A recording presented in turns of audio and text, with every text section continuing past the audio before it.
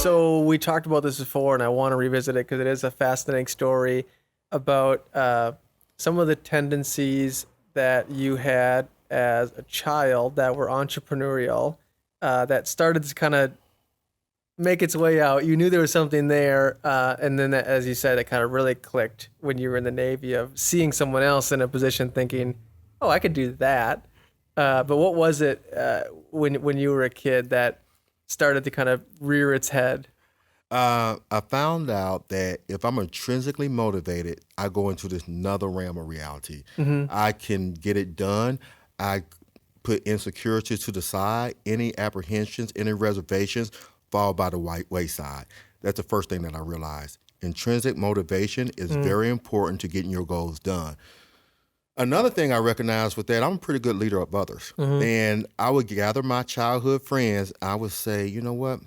We're going to make some money today. We're going to knock on the doors. We're going to find out what our neighbors need. And based on their needs, we're going to provide yard services, right? Yeah. And we made some pretty dang good money doing it. We're just doing it. And then the story I shared with you in the earlier podcast was that I love music. I love music. I love all kinds of music. And one thing that I started doing was I rehearsed my childhood friends to this group of songs. They were, at the time, it was Paul McCartney, Stevie Wonder, Michael Jackson, Prince, all those 80s and late 70s artists. And we started booking shows. Yeah. And we were terrible. We got into some of these clubs and they were like, man, let's be nice to the kids. Yeah, they gave us the obligatory hand claps, but we were terrible, but we did it. Yeah. And so as a kid, I realized that intrinsically driven, I'm going to do it, and that I'm a pretty good leader. Now, when I get to the Navy, it's important that I say this.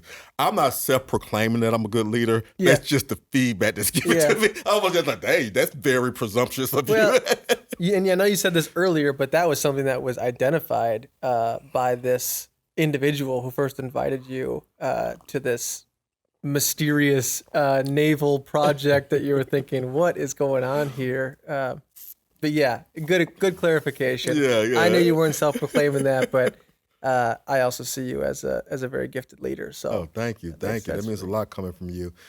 And so we started rocking and rolling with Intercorp, and I started realizing that I had pretty good leadership skills. So the Navy kind of enhanced and validated some of these assumptions, right? Because as a kid, you're not really saying, hey, is this a valid assumption? You're just being a kid and a young adult. But you do recognize the pattern. And the pattern that I recognized while I was in the Navy was that I had this ability to connect with others in which they could see the best in themselves. And my commanding officer, his name is Scott Spencer. And Scott, I hope you watch this. I got to make sure I get this to him. yeah, He believed in me, and he made me a department head as an ensign, and that never happens. Yeah. And on a 1,100-person ship, that would never happen. But he said, I noticed that people gravitate towards you. I want to leverage that. And I said, Captain, I don't understand. Number one, why are you picking me? And number two, why am I going to all these meetings that I know nothing about, that have nothing to do with me? And then he said, aren't we an organization of people? And I said, yes. And then he said, don't you think it's important that we lead these people and motivate them, and they realize that they can be the best that they can be? And I said, yes. And then he said, you're exactly where you're supposed to be.